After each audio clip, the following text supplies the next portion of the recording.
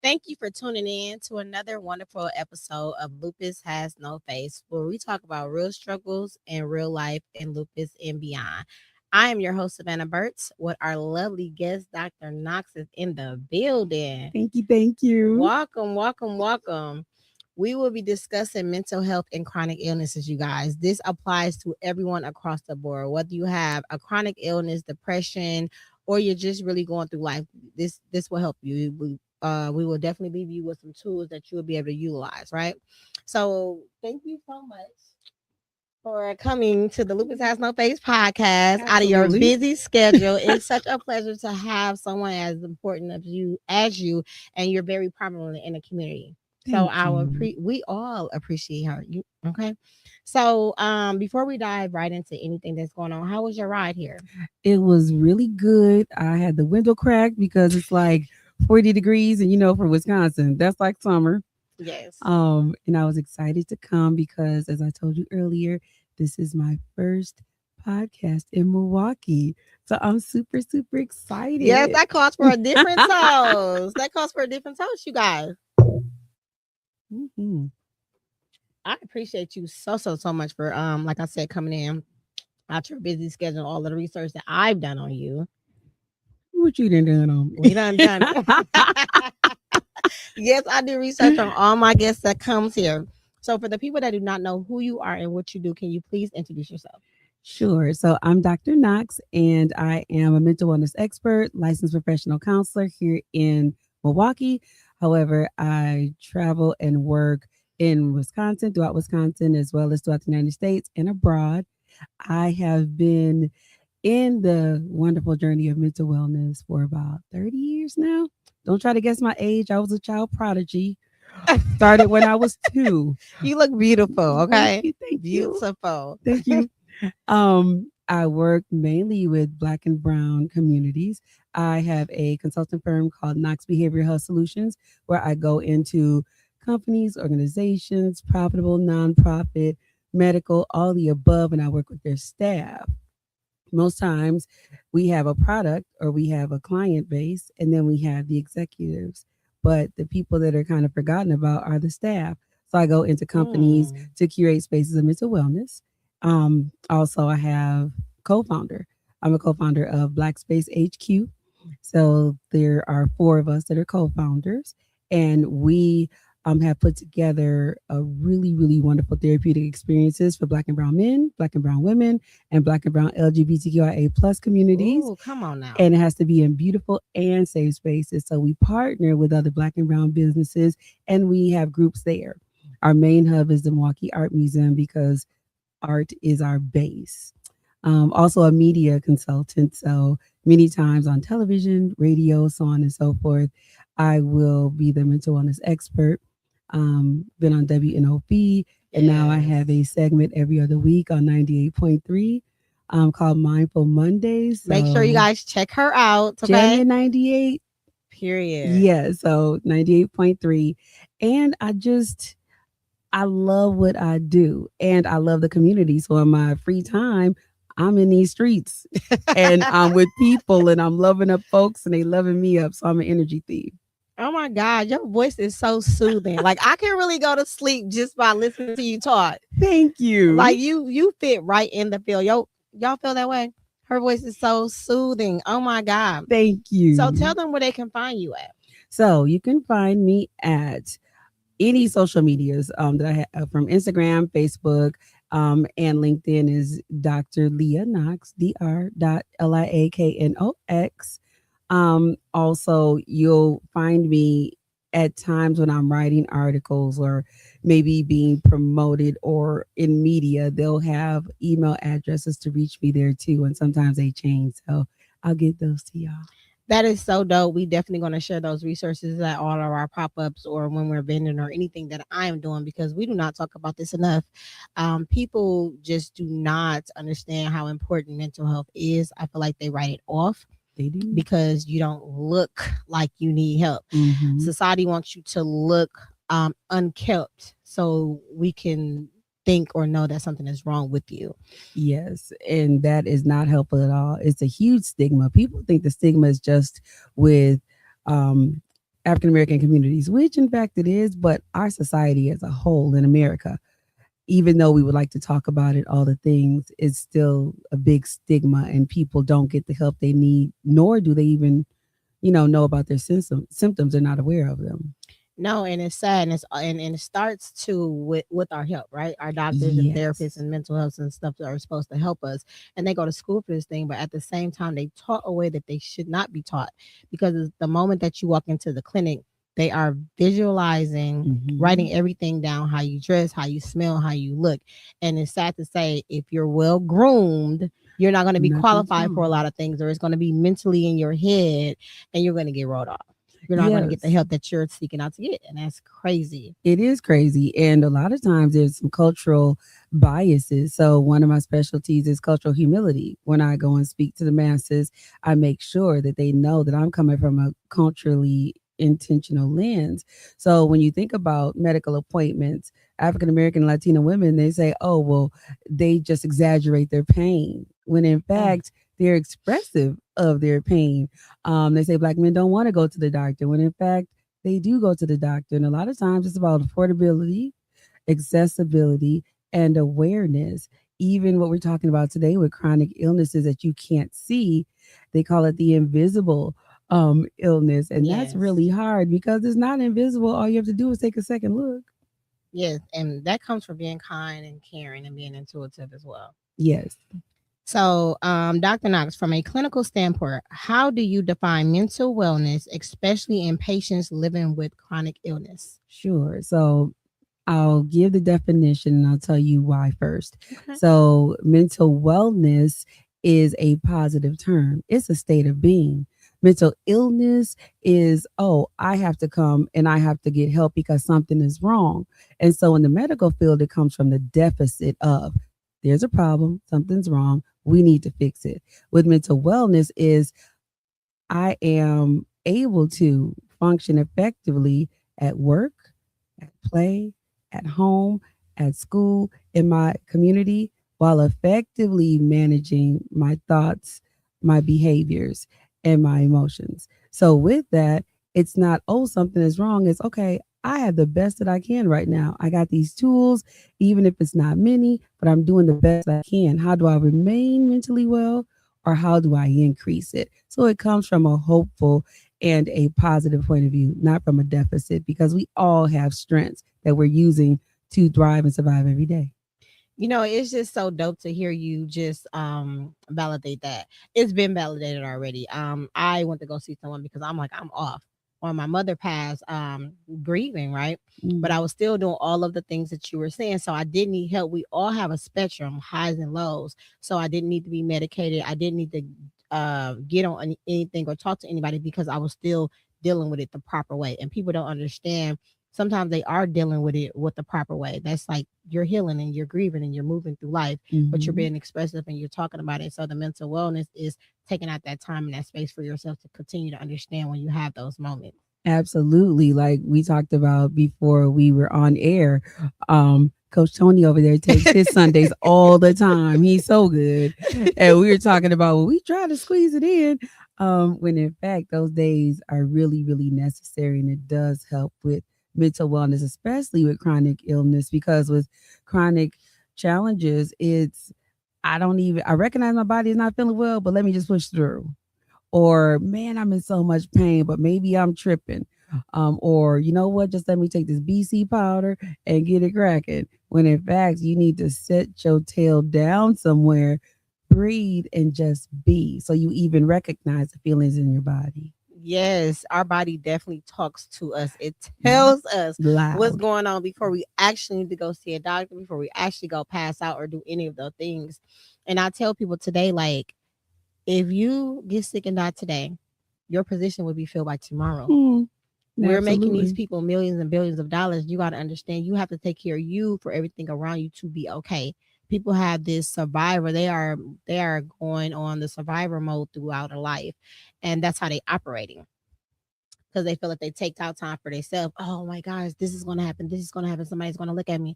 No, that's going to be right there Mm-hmm. when you get back. Absolutely. And if it's not, it wasn't meant to be. And a lot of it's generational. Like, think about our mothers, our grandmothers, our TTs, our uncles, our grandpas, where they worked to the bone. They would do anything for their family, all the above, and even when they were sick. And so, as we were growing up, it taught us, oh, that's what it means to be successful. So, if I'm sick, get up out this bed anyway. If I'm tired and about to fall asleep, you drive and go get and come back anyway. So a lot of it is generational, things that we've Yes. learned during cycles, and some is comparison, social comparison, which is huge. Oh my God, we need more than just this time. So that's absolutely correct. Just to speak on a little bit of it. Other cultures, like some are doctors, so they feel like they have to continue to be a doctor, but they hate it. They don't like it. They end up being depressed, getting divorced, getting a Mhm. trophy wife as like at 50. And we always be like, well, how did you get divorced? And why did you get a divorce at 30, 40 years later? And it's Mhm. because they never wanted to do what their parents wanted them to do in life. Exactly. And many times when the parents pass away, maybe they're 50, what have you, they call it midlife crisis, when in fact is I just want to do what I want to do and I don't want to follow that path anymore. And somehow and sometimes they get released when parents do get older and they may have to start caring for them. Or maybe a parent passes away, similar to, when if I want to live here in Milwaukee, but then something happens to my parent and I'm like, okay. And like a week later, I moved to Atlanta. Did I always want to move there? Yes, you Mm-hmm. did. People be so scared to be uncomfortable, and I believe that you have to be uncomfortable to grow. Being Yes. comfortable will keep you stagnant and keeping you wishing could have, should have, would have, and you 20 years later with the same song. People don't like to take what word am I looking for? People don't like to fail. Accountability. Yes. And it's Yes. okay that you fail because it's teaching you a lesson, right? Yep. It's like, okay, well, that doesn't mean that it wasn't meant. I probably went about it the wrong way. Let Mm-hmm. me go about it this way. And people don't have that mindset. They want to know exactly what's going to happen if they choose to go this right route. Things are going to happen because for me, I feel like God needs to understand that you understand the blessings that it takes to Yes. get through. So when you make it there, you can bring other people up with abundance and sustain that. Absolutely. You would not have a testimony and be able to mentor others or even tell a story if it were not for some of the lessons you learned by something not being in your thoughts unsuccessful, when in fact it was successful, but it was in God's time and it was how He wanted it to be. Like, Mm, for instance, have you ever been at a job and you like, oh my God, I'm not gonna leave because I have money here, stability, insurance, all the things. And then finally you like, I don't know if I could take it anymore. You're like, you know what? In the next 6 months, I'm quitting. And then you get fired. And people wonder, oh my God, I can't believe that happened. I'm like, no, God was just like, you need to be up out of here now, if not last week. Let me handle that for you. And it's room enough for you to do what your calling oh is. my God. We need a 4 hour show for this because that was only one question and we just piggybacking off of it. And people don't talk about the failures enough. People don't talk about how hard success is. Like me study climbing up the ladder and I'm study knocking off the goals and doing all the things. Being successful is hard. Ooh. People do not talk about you have to have a team. You have to release the control so the people can take care of you. I never understood why so many superstars got all these employees working for them. They are needed. The person that is carrying the bag, that is bringing in the bag, needs to be mentally stable. So they need to sleep after this. They need to sleep after that. So my cook is going to give me this. This person is going to be my Yeah. prompter. This person is going to do my clothes. So I understand it. It's a And need for it. at this time and at your age and where you are, that is humongous. Because many of us don't get to that understanding until we laid up in the hospital and about to fall out somewhere. And then probably be like, wait a minute, maybe I should get a little help. When in fact you already know that. So you'll bypass a lot of the things that, a lot of people have gone through. And also in this, people don't realize that if you do have a chronic health issue, it is going to inflame your symptoms if you are not taking care of yourself mentally. And that's with getting a bag. That's with being with your kids. It's with just simply going to kick it one day. You Yes. have to be able to have those things, but they have to have boundaries. Oh my God, absolutely. And the people that's on your team has to understand your vision. They don't have to Mhm. agree with you because you don't want a team that's a yes person, right? They just have to understand your vision and carry it out. Exactly. Oh my goodness. Okay, we moving on to the next question. As a medical professional, what is often overlooked when treating the psychological impact of an autoimmune disease like lupus? Mm. Symptoms of depression. Yes. There are 1 in 4 people with lupus and other chronic disease, but mainly lupus, that are living with depression. And 1 in every 6 people have to either have special treatment for it. It gets really intense and is chronic. So with that, people overlook it like, oh, I know they're in pain, but they're good. They're keeping on going or what have you, or they're just exaggerating. Or you know what? I don't know anybody else in the family who has this. So are you really sure? And so overlooking some of the mental health issues, even anxiety. Um, Yes. 1 in 3 have anxiety, and it increases when the flares come.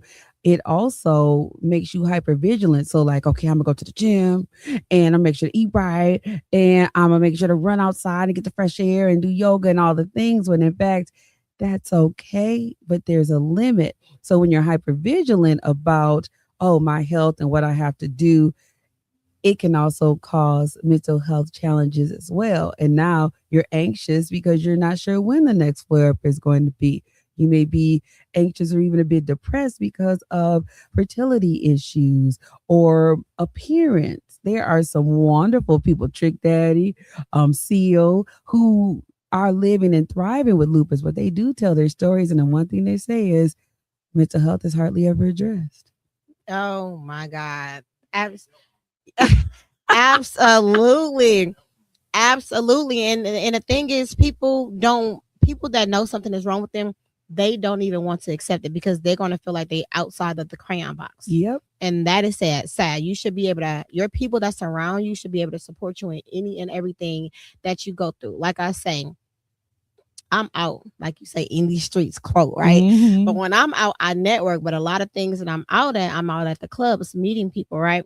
But I say if my friends can't go to a symphony with me, but they're going to the clubs, I gotta look at them a certain way. I'm an all around type of girl. You can put me in any room and I'm gonna fit in there. Hmm. But people need to understand when they're going through something, that same friend that you hop into the club with should be the same friend that's telling you to go seek help or I'm gonna go with you or Yes. give you information on it because a lot of people just think they can brush it off, like you said, but it never goes away. And then No, thinking too far in the future cause anxiety as well too.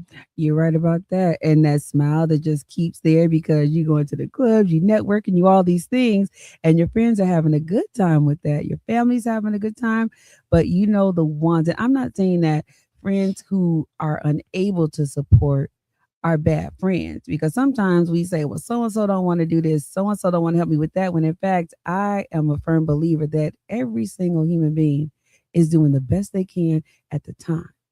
I don't Yes. care if you're considered the worst mom, if you're considered, a person with the biggest business, you wouldn't just sign up and be like, me, I want to fail and I want to be a jerk and I don't want to be there for my friends. You're doing the best you can at the time. And most times when our friends are not as supportive as we would like, it ain't nothing to do with us.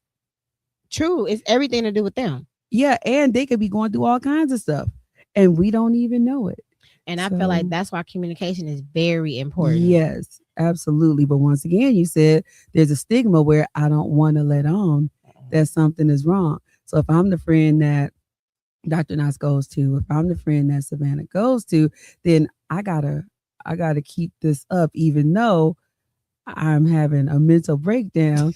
My daughter in jail again, my son that ran away, and now somebody's pregnant, and I'm seeing things, but I don't want to tell nobody. But yet Listen, somebody mad at me because I didn't speak in the morning. don't even understand. Bad. Yes. Ooh, Lord, you dropping out, you giving out homework, okay? What happens neurology and emotionally when someone receives a life alerting diagnosis? Yeah. So it is a high possibility that it causes a trauma response. Mm. And so with the trauma responses, it affects our neurons, it affects our heartbeat, it affects the blood flow. And so there are five trauma responses. So there's fight, flight, freeze, fawn, and flop. So imagine you got the diagnosis, okay, you have lupus. So some people think it's the end of life, others are like, what's that? So when you're like, oh no, I'm just not going to even talk about it. I don't even, nope, I'm going to pray it away. So that is flight. And it could also be, fight. You know what? I'm going to fight this thing for all I got. I'm going to make sure to take my meds. I'm going to go to the specialist. I'm going to go to the herbal person, all the things. And so that's, I'm fighting, but also could be angry. And then the fawn, man, I got lupus. All right, well, guess that's how God wanted it. And if it's my time to go, it's my time to go. And then there's fight, flight, fawn, flop. So flop is, oh my Lord, oh God. And people pass out. Yes, they Some do. folks just sit still. Others be like, I'm going to go to sleep. Or they simply don't do anything for their health, anything in their lives. And they're just kind of, Going. yeah, and barely. And so what happens with the neurons is when you have those trauma responses, is like this each and every time. When you think about it now, there's a negative hormone here called cortisol. Cortisol is in charge of and stores those trauma responses.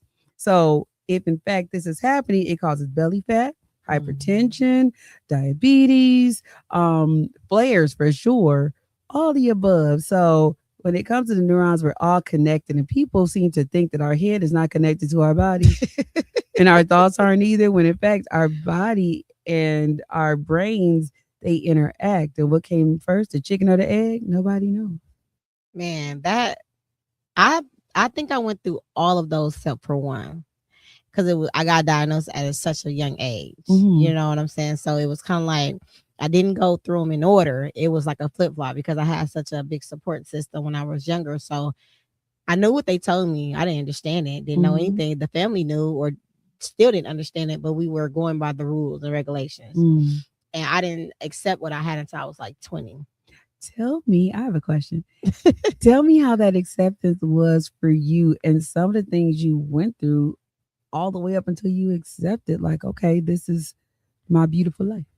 I never been asked that question. Oh, okay. So I had went to Florida Mm-hmm. and I came back home after 5 days. Like I'm talking, I'm in the sun. Okay. And it was this big old blemish on my face. Like it was like somebody burnt my face. And my skin was so pretty and I loved my looks. And I was just like, what is this? So that started making me depressed. And I started Mm-hmm. going to the doctor because I wanted this gone. Mm-hmm. And then they started telling me. You can't be in the sun like that. If you are in the sun, you have to do X, Y, and Z.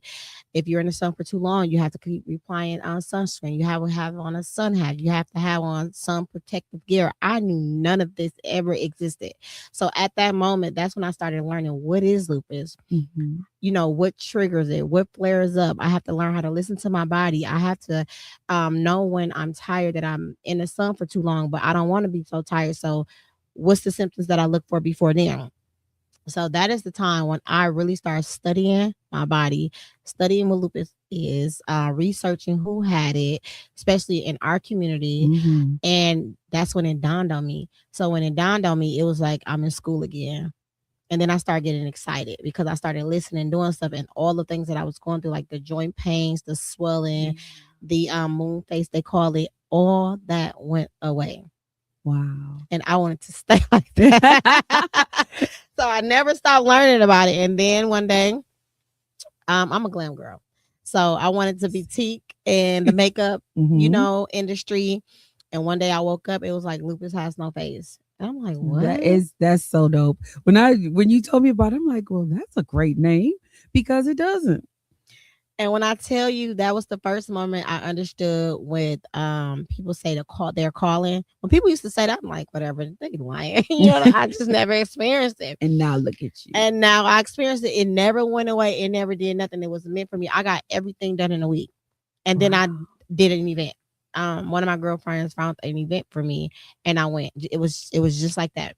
I didn't know where the money was coming from. I didn't know nothing. It was just like I had to do it. Mm-hmm. And now I love it. I absolutely love it because I get text messages, emails from people that I help. They're happy about it. They've been going to their doctors and saying that they were sick and stuff that is still wrong. And I'll give them what works for me. Mm-hmm. And it will work for them. But everything that works for me does not work for everybody. But I will help them. So that just makes me go even harder. I absolutely love that because even though the title was Lupus Has No Face, you are a beautiful face of someone that, Thank hey, you. you're welcome. I'm thriving and I'm learning. Sometimes I'll get it right, other times, well, lesson learned.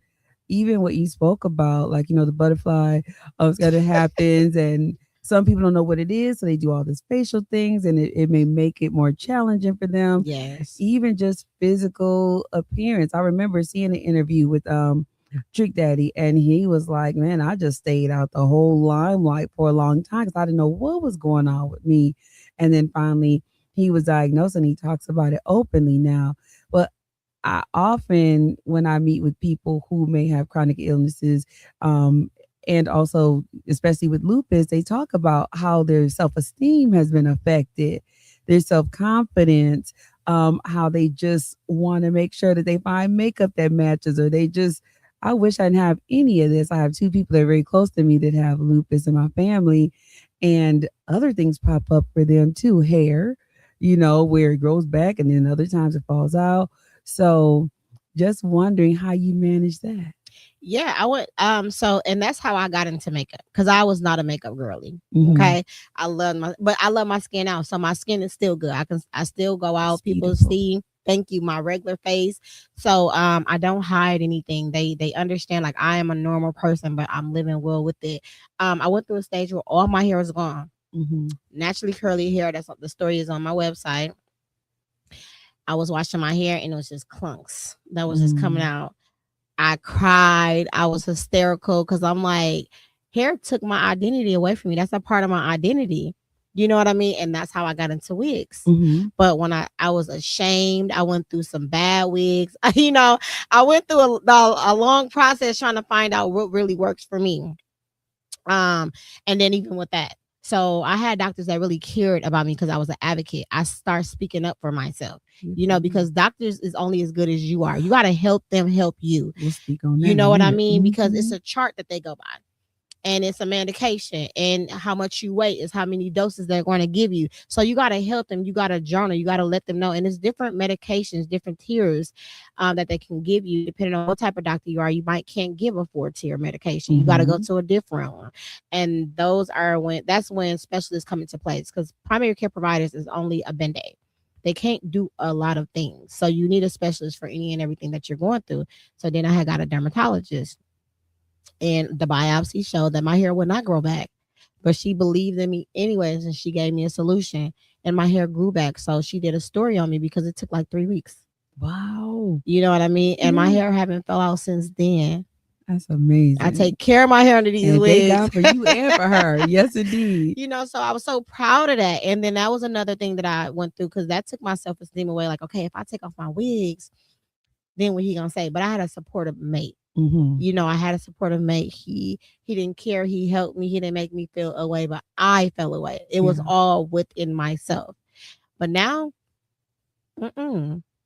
nope, not at all. Good. So Good. I am the most confident ever. Like it doesn't matter if something was to happen. Thank God, hope that it doesn't. Mm-hmm. But I'm okay with it I because love I'm doing that. everything that's necessary for me to prevent it. I just love to hear all of that because people need to hear your story 100 times a week because it's discovered and it's like, what do I do? All I know is who's talked about it, or in our culture, not a lot of people even talk about it. So thank you for that. I done took over all the questions. I'm sorry. No, you okay? Go This is dope. I ahead. love that you're doing it, and yeah, and it's not just any wigs. My wigs is air breathable with Yeah. masses under there. So you got to get certain wigs that you can still treat your hair while Hmm. still looking good in the industry. Yeah. You know what I'm saying? So it's not good for you just to buy anything. It's good for you to research. Like Clinique, I use that, or I'll use Mac on the sensitive side of my skin. Mhm. But you just got to do your research and you got to do testers. And you definitely can live well and thrive with lupus while you're going Absolutely. through all of the things. And sometimes when your skin mess up, you should not have anything on there. Yeah. Yeah. And people think that they are being looked at, but they're really not. That's because we see that on our face. Hmm. So it amplifies things. It's the truth. And most people have their own things going on. Yeah. And so, as humans, we can be a bit self centered because we're just born that way. But in reality, I'm walking past people not noticing anything. Dr. Nice, did you notice that? Like, no, girl, what are you talking about? You just saying that because you want to be mean. I said, oh my goodness. But I do understand how that can be. Yeah. So, And if you love yourself, and I also found out, just going through being ill, when you have confidence, no matter how you look and you wear that, that exudes and people mhm, gravitate towards that and they still want to respect you and still think that you're beautiful because beauty is from within out. But when we go through that, it's like, nah, it needs to be out then in, yes, right? uh-huh. So yeah, you have to have your own confidence and know that you are who you exactly think that you are, even with all the things that is going on. I would have to agree with that. And just like you said, because we've been taught throughout the years, fake it till you make it, dress up until you feel better. When in fact, no, I need to feel better. So I'm gonna be in these little lounge clothes for a minute. I ain't gonna go to Walmart with them on, and neither should you.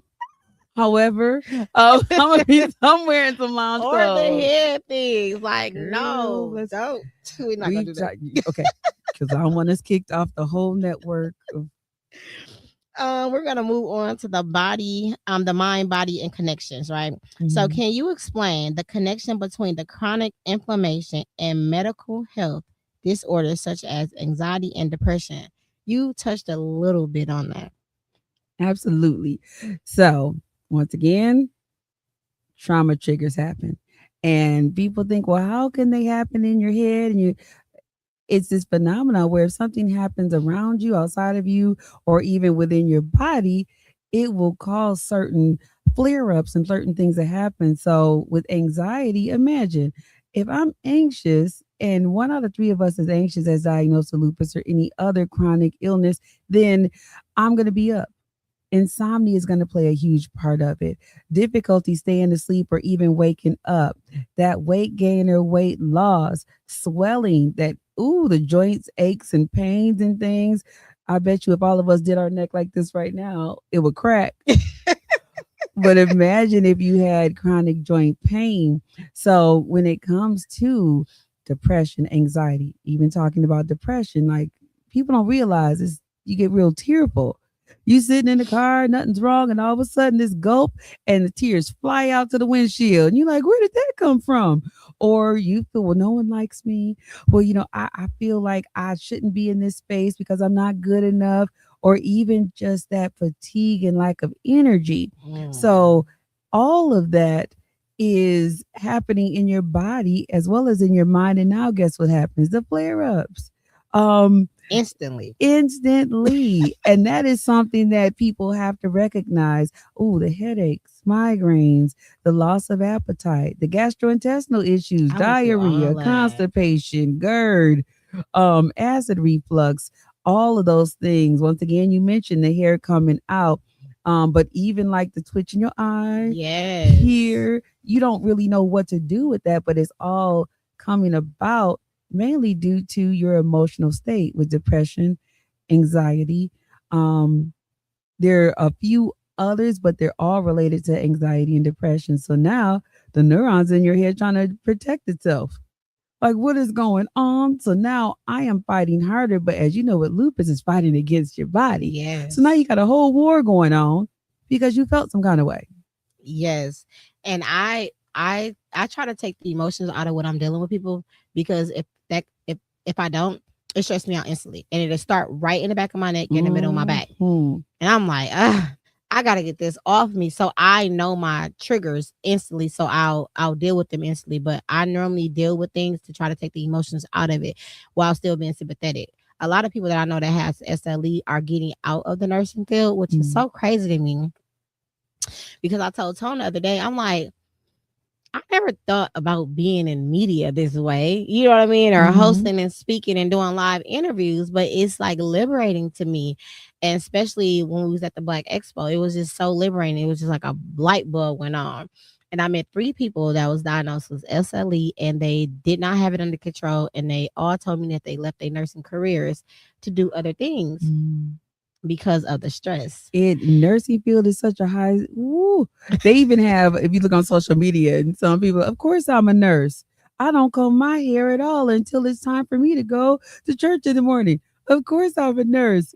I have all these shifts, and I have 4 different bags and 3 different cups and I have a friend who's a nurse, and I'm just like, wow. And I really think they should take a look at that because also within chronic illnesses, a lot of people work in the healthcare field and they're carrying that with them, taking care of others who have similar issues going on. Yes, and it can be very stressful, but I literally mastered it. But it only helps because I have a team that pours back into me. So I pour all into them, and then they pour all into me. And so I get my cup filled back up the same day. Those I also love helps with the that. people, yeah, the people that surround you. Yeah. Oh my We both goodness. energy stealers. We'll take it. Um, many lupus warriors describe emotional flares. From a physical perspective, what is actually happening during those moments? So during the physical flares, as far as your body's like, okay, something is going on, not sure what. And once again, what came first, the chicken or the egg? Nobody really knows. But from certain hypotheses, when you are dealing with all of these things out here, flares come about. But if your body happens to flare and there's physical things going on now, it leads to the mental health challenges, which is, I don't know why my body's doing this. I'm doing all the right things. I'm making sure to take care of this. I'm going to this specialist, so on and so forth. But still, my legs, they're so tight, or my headache, or I'm getting the scars again. So now you're wondering, even though you're doing all the right things, but that anxiety and depression that you're experiencing is now making it flare up more. So it's all a salsa cha-cha dance that everyone's doing together, and you have to take care of both at the same time. People will say, "Oh, Dr. Knox, well, I just want to get my mental straight so I could deal with this, this illness." And I was like, "How about we do both?" Let's talk about both at the same time, Right. because if anyone's worth their weight in salt and gold that's in the medical field, they'll tell you it needs to be done at the same time.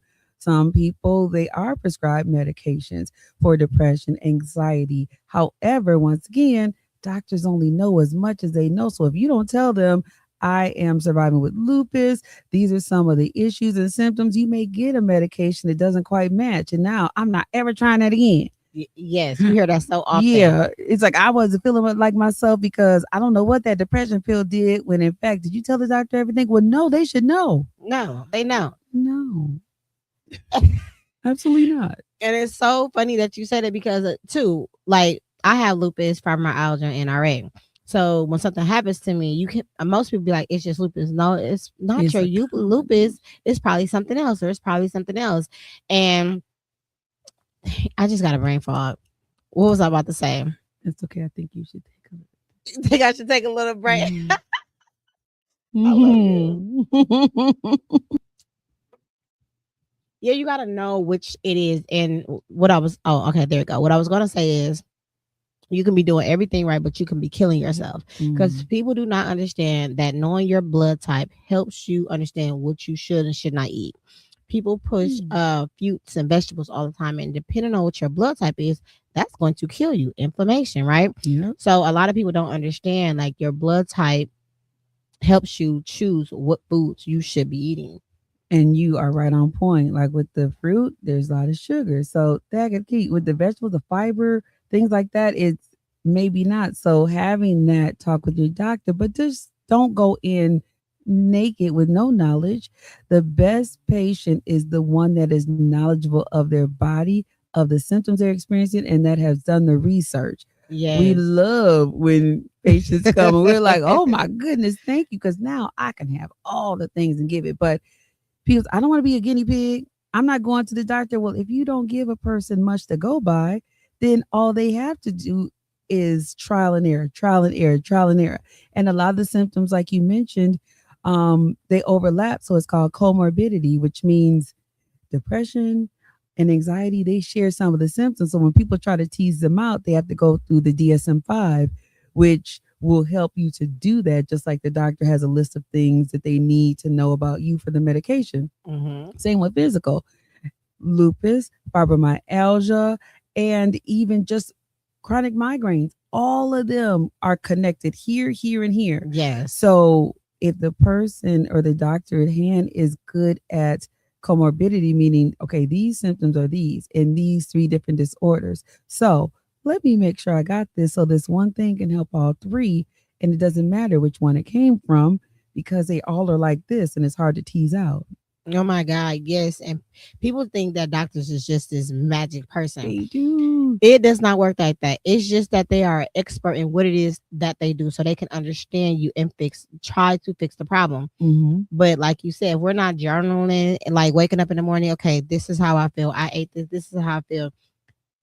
They can't help us. It's going to be a continued Exactly. trial and error, and medication is going to make you feel some type of way. But sometimes you feel worse before you feel better. Now that is the truth. I thrive with chronic migraines since I was two.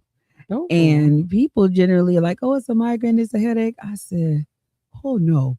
Imagine every day for a month you just have a horrible headache where you can't see well or stars, that pain where you can hardly open your mouth to eat, loud noises. I love the sunshine. I'm a sun baby too. mm. And so if I stay out there, like I could say 4 or 5 hours, make it 5 hours and 5 minutes. Oh, I'm on Five my hours and back with a 5 minutes. headache. Yes.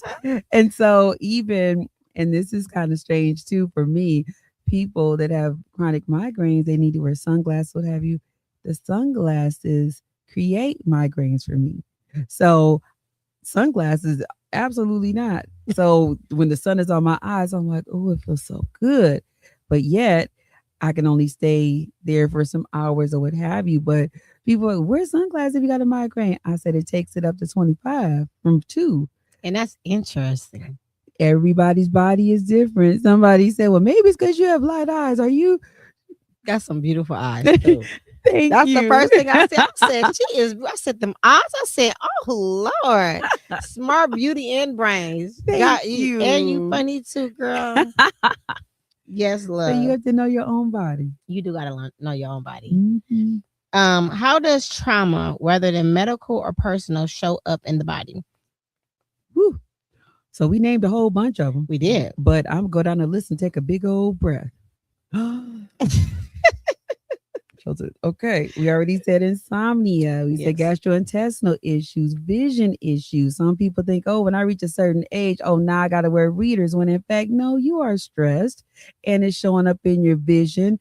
Pain behind the eyes. We talked about the twitches and flicks.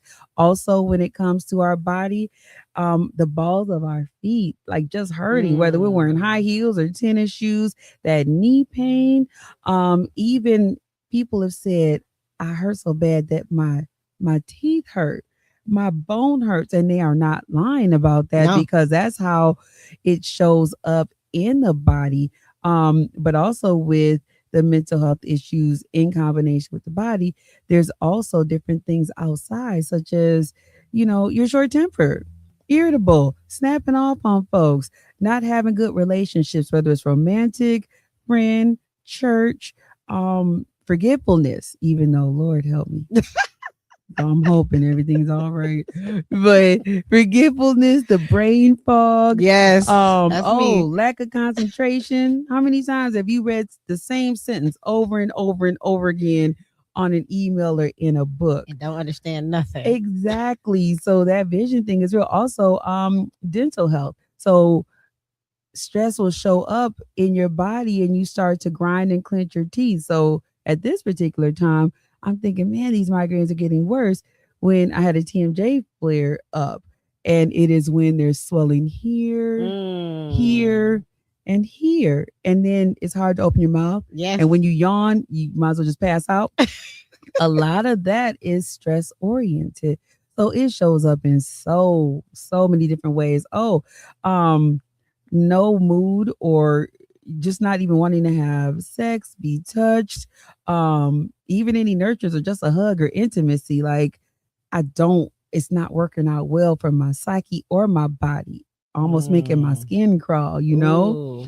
So people don't want to talk about that aspect of having a chronic illness and then all the things that come with it, how it shows up in your body, which are matched with emotions, Yes. painful sex. Yes. When in fact, 5 days ago, it was just fine, or not able to acquire an erection when just 3 hours ago, it was fine. So all of those things play a part. And people need to, I'm going to say need, people need to open up their minds, because if you don't know, you don't know, and you're going to continue to suffer in silence. Mm-hmm. And what you're going through, somebody else is going through the exact same thing. And it's nothing to Yes. be embarrassed about. What's It, embarrassing is you not acknowledging what you got going on, and you causing yourself to continue to stay in a state. absolutely. Mm. We're going to move on to culture, compensation, and the Black community. This is one of your favorite. The Black community, there is often stigma around therapy. From your professional expertise, what contribute to this? So one of the biggest things that contribute to stigma is I don't want to seem less than. I do not want to seem weak, and I want to be capable because we've been taught since the beginning of time that we have to work twice as hard as everyone else. So if in fact I say to others and myself, I'm having a mental health challenge right now, or I'm going through something, that stigma says, nope, we're fine. I ain't crazy. Nothing wrong with me. So sometimes the lack of knowledge of what a mental health challenge is, it does not mean you're crazy. I believe everyone should have a therapist or someone they can talk to on a normal basis because you can tell them about the good struggles and the bad. Um, Yes. Part of our culture also is because a lot of us are in impoverished situations, and not just by money, but by the education of it all. So if we're not aware of even some of the symptoms that, oh, my mom went through that, I do the same thing. Oh, yeah, me and my uncle, we're twins. We go through the same thing. Well, that's how they've handled their Yep. mental health issue. So Mm-hmm. if they are experiencing ruminating thoughts like over and over and over and over again, they are not able to concentrate well. There was this myth that, oh, ADHD, get your child on such and such for ADHD, when in fact some of the children and adults were experiencing that. But once again, with the stigma, I don't want to be less than. Also in people's jobs, if people know that this is going on with me, they're going to think that I can't do this, so I won't be in line for the promotions. I may get fired, or I may be put on disciplinary action. Also missing work and missing school, those kind of things.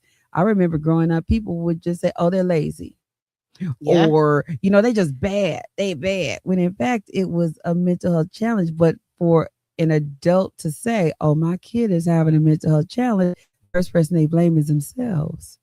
And who wants to blame themselves for something when in fact, No, It's not gonna have it's nothing the to do with you. chemical imbalance that's Hmm. happening. So with culture, we have to know also that we are different. Everybody is not the same. When I'm in my therapy sessions, I give therapy from an African psychological lens of things, which is we do believe in rites of passage, and it makes us feel proud. Like when I've done this, this is what happens in my culture. The kinds of food we eat has a lot to do with mental health issues, whether it's good, whether it's bad.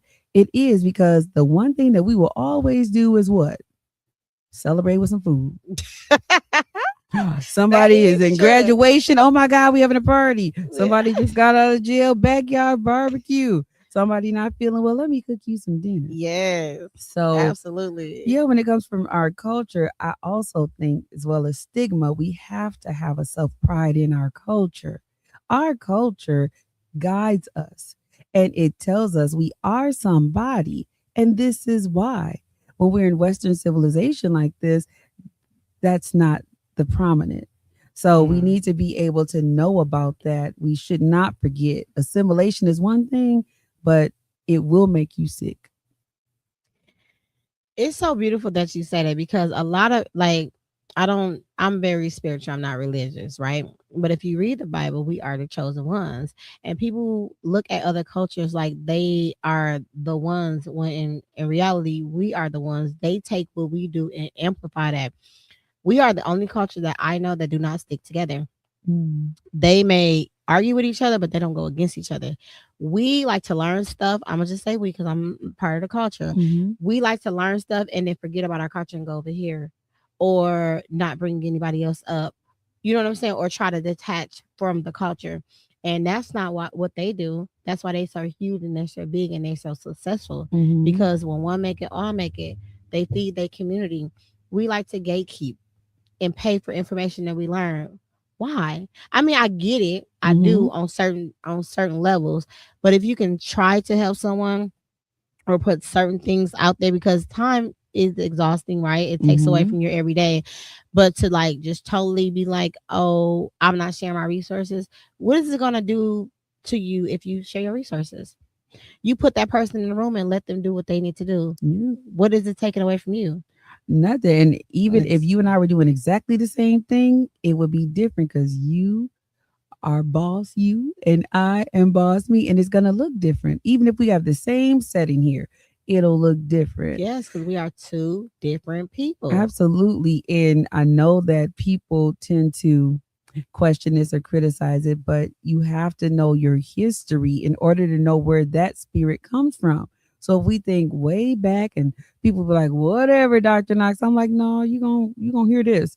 So way back, slavery days, the one thing that kept people in their places was the gatekeeping. So you had some that were in the house, you had some that were in the fields, you had some that were killed instantly, even when they were born. You had people just kind of taken away from their families. And Mm. so if they had one thing of value, which was maybe their skin complexion, or maybe, their work ethic, or their strength, or maybe this one little thing that they got from Africa that it's theirs. Gatekeeping came from way back then because it's the only thing they had to barter with, or the only thing that they knew. You can't keep this away from me, so I'm going to use it to succeed.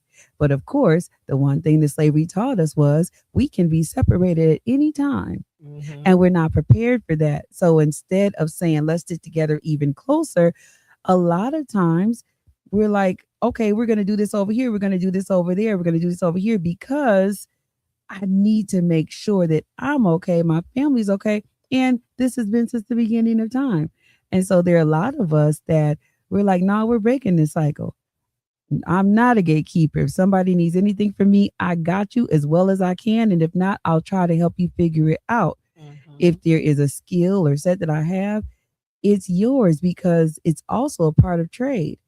If we're Yes. doing this, it's called reciprocity. If I do this for you, and not that I want anything back, but the natural occurrence is when I need something, even if I don't, you'll be there for me. And that was very hard during slavery, but of course, generational cycle. Oh my God. And you are totally right about that. A lot of our culture is mad at the other culture. But like you said, back in slavery, we were the ones selling each other first, and the other culture caught on to that and became what? Right? And They ran it, how they ran it. But we start, you know what I'm saying? We started it. So it's just kind of like it's still to this day that people do not understand. It's so important to stick together because we are beautiful. I cannot stand hearing the things that you have said, like, oh, well, she stole my idea. She is not you. mhm. She's not going to exhibit what you exhibit. She's not going to have the same customer skills that you have. It's not going to happen. If it's for you, it's for you. And that is true. And even with the majority culture, it's just, even though that was a way of life back then, it is on steroids now because it is even to this day. And people would say, well, no, it's because of us and so on and so forth. I'm not giving blame, but what I am saying, here are the reasons behind it. And still to this day, majority culture is in charge of things. And so all we have is what we have. So I got to hold on to it, or I'm afraid to share it because then now you have it. And how am I going to survive? But then the overall picture is we're not surviving well anyway. We should At be all. thriving because there's a whole culture that this whole place is run by. And in our blood and in our genetics, we're not used to this. This is not us. And so we don't really know what to do most of the time and we end up surviving. Ooh, we need a lesson for you guys on here. Come on with it. Come on. Okay. How important is it culturally to care when treating patients of color with chronic illnesses? Woo, it is of utmost importance. Every single medical professional, psychological professional, so on and so forth, they need to be culturally competent, but that is something that will only come after cultural humility. Cultural Mm. humility is you being aware of a different culture, you kind of knowing some of the nuance because you did the research yourself. You even ask questions of people, but you can work with them, play with them, do what you need to do in an effective manner while checking your biases. We all have biases and they come right along with us. They are right on this necklace today. But Beautiful, by part the of way. it, thank you. But part of it is let me calm this necklace down. Okay. Let me listen to what they're saying. Let me check my bias. And there we are. So with cultural humility, you are actually engaging in a way that is, I won't say fair, that is beneficial to the person in which you're treating. Now, if you are not that, it becomes a problem because now you may misdiagnose. You don't know about, let's say, African American culture. Even when I worked in social services, people were like, oh my God, that person, your mom, they pinched you a little. Oh, we got to take the kids away. When in fact, you have to know the culture of what's going on. And that goes in the medical field as well. You have to know the foods that we eat. You have to know what our thoughts are about health, mental health, and physical health. You have to know about the home remedies that we try. You have to know about these things, but the best way is yes, reading, learning, but asking questions and being able to have those brave conversations with your patient. Mm. Absolutely. So since you are in healthcare, not in healthcare, in Social social services. services, what guidelines or what culture you think they follow to, snatch the kids away and think that the things that we do Oh, are abusive? So what culture do you think that they follow?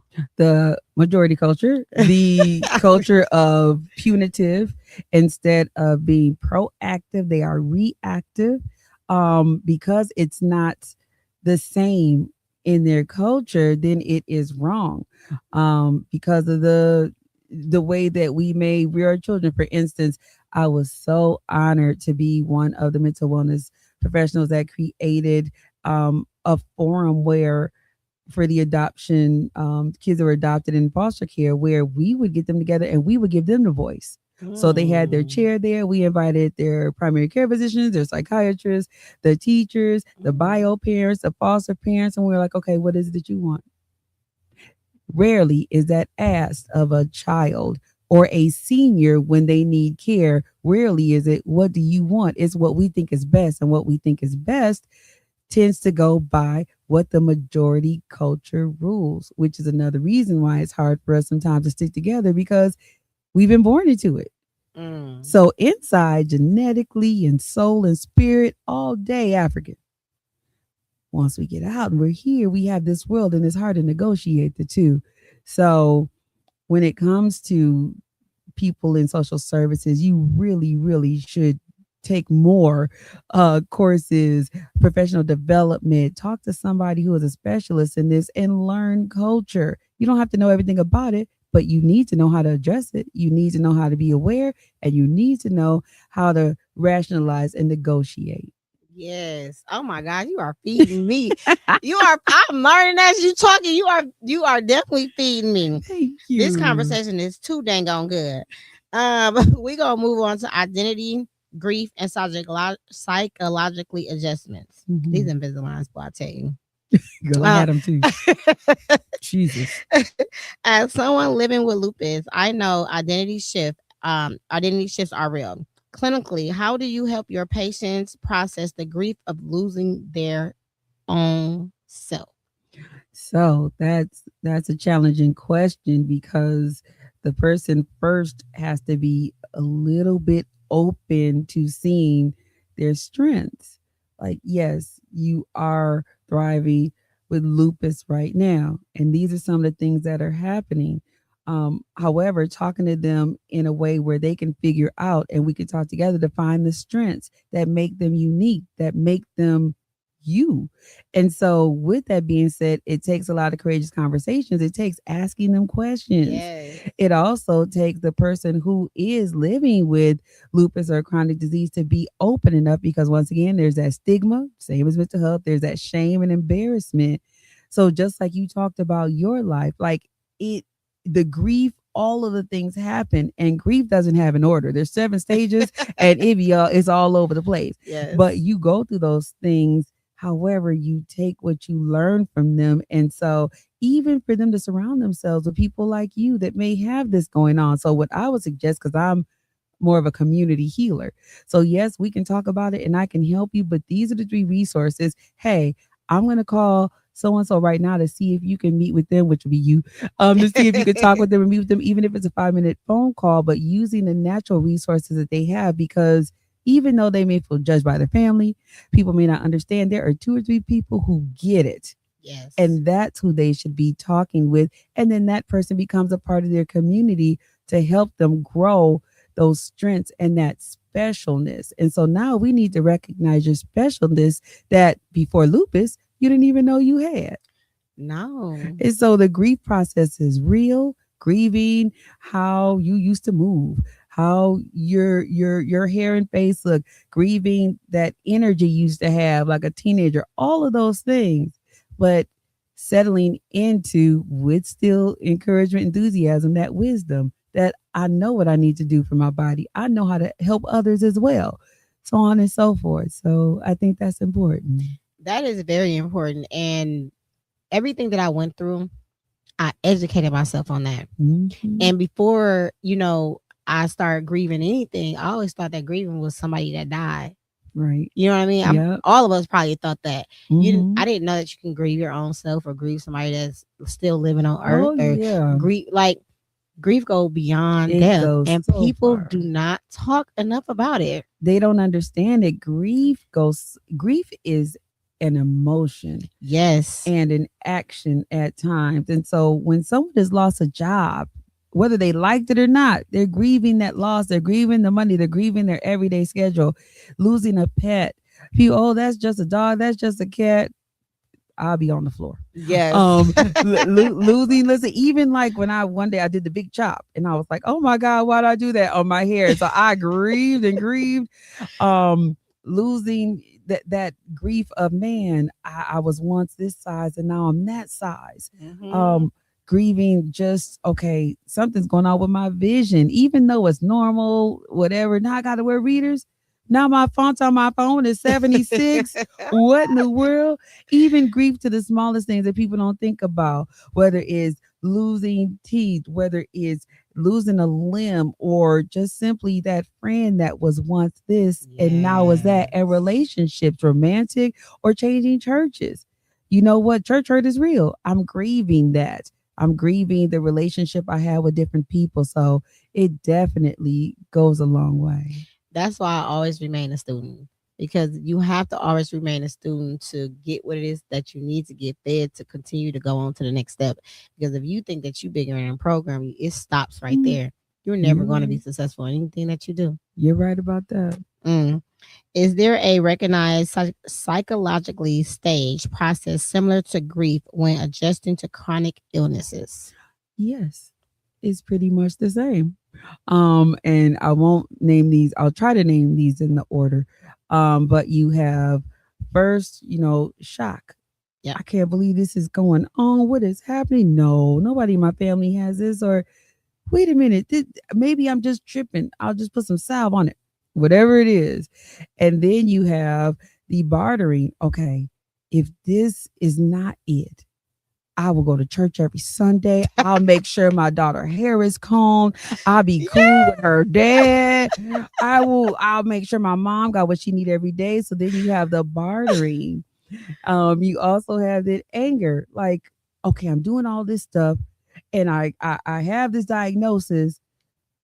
This is some bull. Like, I don't even know why this happened to me. Like, all these other people in the world is doing all the things, Yes. Yes. and Yes. now Yes. this is me. I be good to people. I'm making sure that I'm giving my tithes. I'm good in my relationships. I pick up trash and don't litter. I don't jaywalk. What? Why is this to me? So then you have that anger part. Then you have the kind of the sedimentary where you're just like, okay, not acceptance yet, but just, okay, I guess this is it. So now you're kind of still, it's a combination of the shock, but not really shocked, just numb. Like, I'm numb. I don't even know what to do, how to feel. I've been given this diagnosis. So now I may not go to the doctor. Now I may not take the medication, which is also the similar to, flop Yes. or, flight. I may not do any of those things. And then finally, acceptance, where you are right now. And I know that dance, once again, it's in no order because some days you might wake up and be like, this is some bull. Um, Other times you're like, I don't want to today. And so when you have those stages, they're very, very similar, pretty much the same as a psychological grief or what have you, but it just comes about differently. You know, I was one of those people when I got diagnosed and it settled in, because I was so popular when I was younger. I played soccer, had cheerleader, and now it's nothing. And I hated him for a long Mm-hmm. time. Like, why would you do this to me? I didn't even have a chance to live yet. Mm. But now my story is changed. I'm glad that you gave this to me, because I'm living and I'm thriving and I'm not missing out on anything. You're using me for what it is that you need to use me for, and I'm loving what I do. Is bigger and better than you could ever imagine. I always say, as much as I be trying to think of things to do and how to do it and how to give all the things, get back. No, he has a plan that's so much huger than me, and it feels so good. Yes.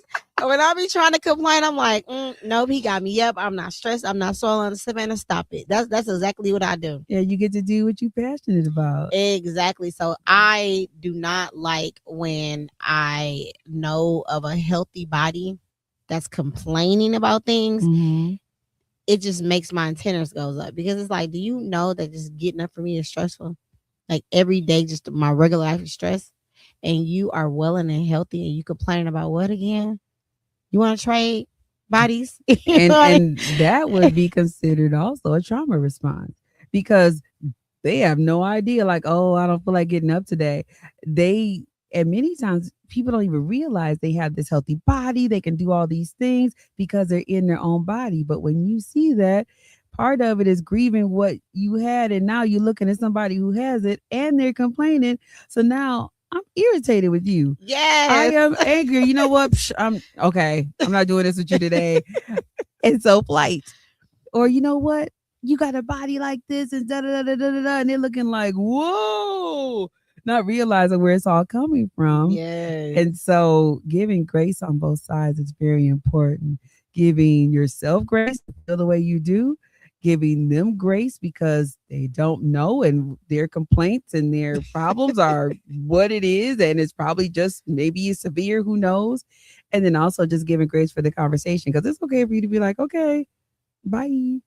That part. That part. So we're going to move it on to closing. If you could leave our listeners with one clinical sound but compassionate truth about mental wellness and chronic illness, what would it be? I would say, and I say this often, lupus, and this is just the first part, even though it's called lupus has no face, it does. It has a living, breathing, walking, talking, I'm in pain, I'm not, I'm gracious. It has a face. And so, with that face, you should look at each person you encounter with empathy as well as pride and strength. Mm, Because once our eyes connect, we're hereby responsible for each other. And that's an yes. African proverb. So try to see that strength and good and then feed it back to them because our mental wellness is not a luxury, it's our responsibility. And it is our responsibility as a whole. We don't come from a culture of pick your own self up by your bootstraps. I don't have bootstraps, never have. Right. But I do come from a culture where we help each other arm in arm. And even though it's more pronounced that we may not, we can help each other. So mental wellness is a community thing. It's not just by yourself. Absolutely. And we are stronger together. Mhm. Okay, I just want to give a shout out to the Milwaukee Black Expo that happened this past Saturday, right, Tom, or Friday? When I tell you there was some amazing boss women in there. And I don't mean just because they titles. To me, a boss mean, integrity, accountability, things of that nature, and Mm. a beautiful soul. A lot of people that are in those positions are nasty. Mm. Right. And so I met some beautiful people there. Felicia Rodriguez, Kanishiwa, um, Kanini. Who else did I interview? Yeah, Miss Rita Lee, of course, thank you so much for having me, put me in that space to be able to even meet those beautiful women. Mhm. But they were just beautiful, full of knowledge, and I love seeing things like that. That makes our world go. And I Mhm. will love if we can continue to build that up because she had over like what 300 people in a room. Mhm. Okay. And to get that many people, your spirit has to be wonderful, and people have to want to be and go in your And spaces. they were all nice and all kind. Shout out to Dr. Gladney. She was such a beautiful Hey, Dr. hostess way Gladney. as well.